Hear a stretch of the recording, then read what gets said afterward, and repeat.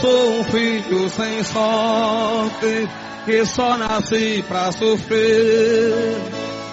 Vivo triste, abandonados, sofrendo sem merecer. Pra mim não existe festa e uma vida feita essa. Canta comigo.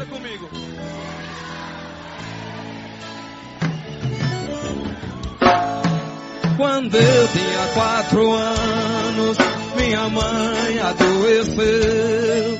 Papai fez todos os esforços, comprou remédio e lhe deu. Pra minha infelicidade, eu fiquei na orfandade. Não teve jeito de morrer. Só ficou eu e papai na maior lamentação. Pra me ajudar a sofrer, não ficou nenhum irmão.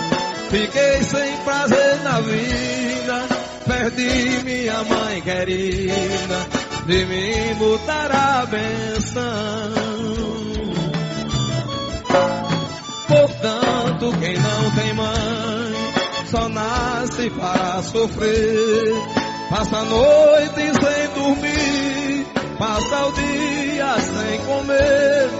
Sua cama é o chão e o seu consolo é um pão.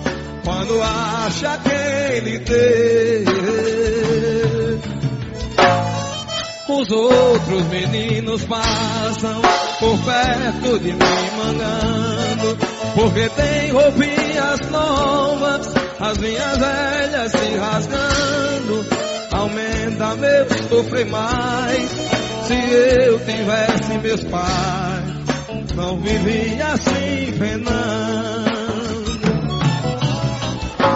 E se eu tivesse mamãe, não sofria tanto assim. Eu só tenho 4 anos, meu Deus, que será de mim? Aumenta minha tristeza, parece que a natureza está separada de mim.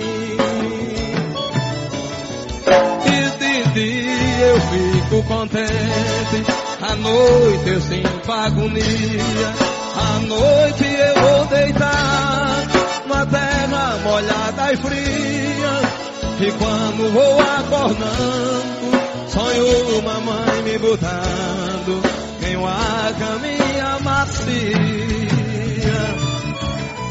Me acordo e não vejo ela, e aí começo a chamar, mas ela não me responde.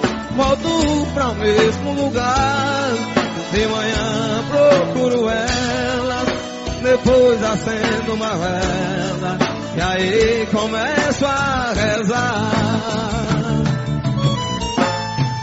Eu rezo para a mamãe, para o meu papai amado, porque sou pequenininho desse mundo separado. Agora vou terminar, peço pra não desprezar nem o filhinho abandonado. Eu agora vou terminar, peço pra não desprezar nem o filhinho abandonado.